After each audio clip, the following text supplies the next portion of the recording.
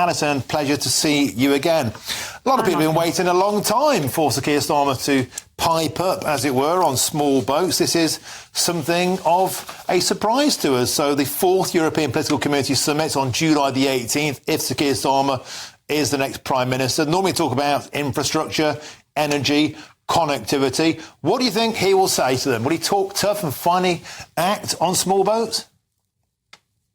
Well, I'm surprised that you're surprised that Keir is talking about it, because our plan is to smash these gangs. And as Keir had said, and Yvette Cooper have said several times, we want to police this vile trade like we treat terrorism.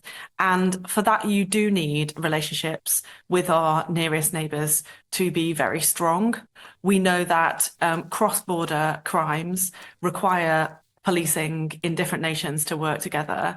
And as I said, that's why we've been saying for a long time that we want to not only have our own new border command in the UK, but also work very closely with other countries. And that is the best way to identify the people who are perpetrating this vile trade and to bring them to justice. I think that we will be able to do that much more effectively and have that focus. You've got to take this horrible crime very seriously and police it like we do terrorism. The problem with that, though, Alison, is that we already do most of what you're talking about there. We already have deals with the French. We spend £500 million a year. Numbers are getting worse, if anything. And the countries that will also be at this summit, they basically come as a bloc, the European Union bloc. They've been very, very clear all along. Any kind of a deal would have to mean signing up to a reciprocal deal of a redistribution of asylum seekers from the bloc into the United Kingdom. And also there could be a change of personnel over the channel. Marine Le Pen could come in. The notion that she would want to deal with us in any way to stop asylum seekers leaving France is for the birds. And it could be a hard left coalition coming in. And today they've announced they want more immigration into France, and they even want climate change refugees to be allowed. How on earth does any of this point to the fact that a Labour government will cut down on the numbers of people coming across the channel?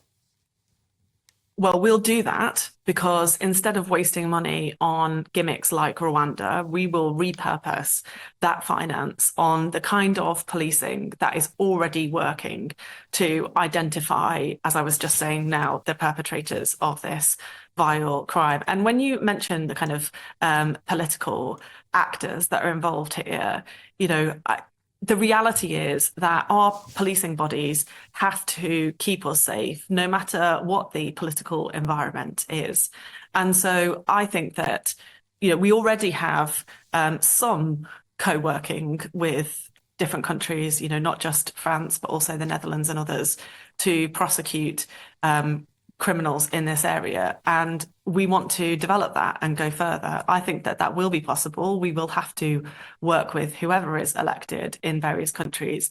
And to your point about the European Union, we did see Boris Johnson really harm our relationship with both member states and with the European Union. I think that we can improve that relationship and get more done. Our proposals will be effective because they go within the grain of what we know is already effective, and we won't rely on gimmicks like Rwanda, but rather funding properly border security command and the kind of specialist intelligence gathering and prosecutors that can actually bring these people to justice. Okay, Alison, can I quickly ask you about, I hope this deal doesn't go past 6 o'clock, because Sir Keir Starmer wants to be a part-time Prime Minister, knocking off at 6 o'clock. He's barely got his clogs inside number 10. He wants to crack off at 6 o'clock on a Friday. Is that really the kind of message to send out from a Prime Minister? Martin, I don't know whether to laugh or to cry at this issue. Honestly, it's ridiculous. Do people think that politicians should not have families? And if politicians have families, I think most people would expect us to see them now and again.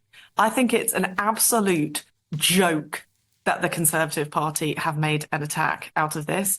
The only politicians that have been clocking off early are the Tories, actually. If you look at, all of the Partygate nonsense and all of the things that they have done over the past 14 years, I don't think anybody really could accuse Keir Starmer of not putting a shift in after all of the things he's done over the past 5 years to change the Labour Party. So the idea that in some way anybody is surprised that he sees his family on a Friday evening, I think it's completely ridiculous. I honestly, I do not know whether to laugh or cry at this.